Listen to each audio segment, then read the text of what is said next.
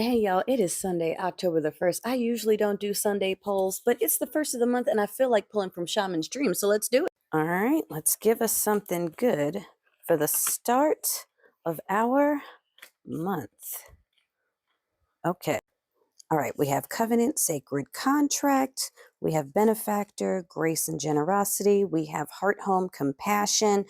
Let's get in. So the message we're getting from this flight here is to regroup and renew. Maybe you've been feeling kind of lost. Maybe there are some opportunities that have popped up and you're just not getting a clear sense of what is supposed to be next. It's time for a little internal housekeeping, and this is going to make things clearer for you. So, number one, we have the covenant, the sacred contract. This is something worth meditating on. It could stand for a couple of things.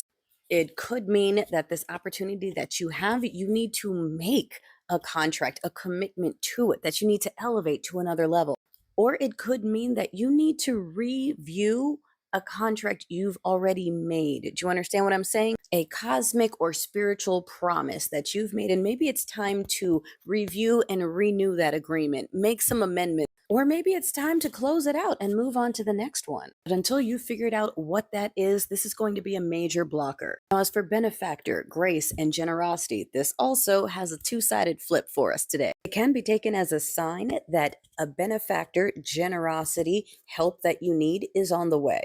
If you're like me and have been starting a small business to cover the bill and are at the end of all your savings, so it's now or never, this could be a little bit of good news. An opportunity may pop up that is going to make the situation easier. But this can also be a reminder to keep your karma in balance, meaning when you give, when you help, do so without strings and expectations. And do so without bragging about it. It doesn't count if you brag about it. If you're going to record yourself doing it and then post about how you gave one homeless person a sandwich, you are just bumping yourself in your own foot. That's not going to count, okay? And if that is already your way of life, if you are constantly helping others without expectations or strings, know that that generosity is on its way back to you tenfold. Now, as for heart, home, and compassion, this is really going to link back to that covenant sacred contract. If you have been feeling lost, blocked, or otherwise just not in the right space and not sure how to get back to the correct space, it is time for some deep seated internal meditation to find your happy place, your heart home where you can think things through clearly and objectively. This going back to a spiritual home base is not a request. It's going to happen one way or another. I highly suggest that you do it willingly and voluntarily. If you ignore this, the universe has a way of dragging you back to it, and it might not be on your terms. And this is not a bad thing. It's a good thing.